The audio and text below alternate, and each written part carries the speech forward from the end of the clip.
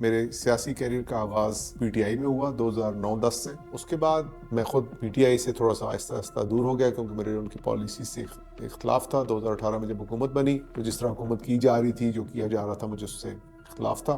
جی، میرا نام ڈاکٹر اظہر اسلم ہے. میں میرپور آزاد کشمیر سے بلانگ کرتا ہوں. بائی پروفیشن میں ایک پلاسٹک سرجن ہوں. پاکستان میں گزشتہ 25-30 سال سے مختلف سوشو پولیٹیکل ایکٹیویٹیز میں انوالوڈ ہوں. 1-2 تھنک ٹینکس کی بنیاد بھی رکھی ہے میں نے. لکھتا لکھاتا بھی ہوں. میرے سیاسی کیریئر کا آغاز پی ٹی آئی میں ہوا 2009-10 سے، جہاں پہ میں خود سامنے تو آ کے الیکشن نہیں لڑا، لیکن بڑا ایکٹیولی انوالو رہا فنڈ ریزنگ، پالیسی میکنگ اور اس طرح کے معاملات میں. اور جب پی ٹی آئی کی 2013 میں حکومت آئی کے پی کے میں، تو ان کی ہیلپ کرتے رہے دوستوں کی، حالات کو بہتر کرنے کے لیے. 2018 میں البتہ میں نے خود پنڈی سے ایک حلقہ انتخاب میں حصہ لیا. اس کی تھوڑی سی کہانی ایسی ہے کہ وہ چونکہ سیٹ شیخ رشید صاحب کو مل گئی تھی تو پی ٹی آئی نے اس میں حصہ نہیں لیا تھا، تو میں نے آزاد امیدوار کے طور پہ شیخ رشید اور حنیف عباسی صاحب کے بامقابلہ الیکشن لڑا. اس کے بعد میں خود پی ٹی آئی سے تھوڑا سا آہستہ آہستہ دور ہو گیا کیونکہ میرے ان کی پالیسی سے اختلاف تھا. 2018 میں جب حکومت بنی تو جس طرح حکومت کی جا رہی تھی، جو کیا جا رہا تھا، مجھے اس سے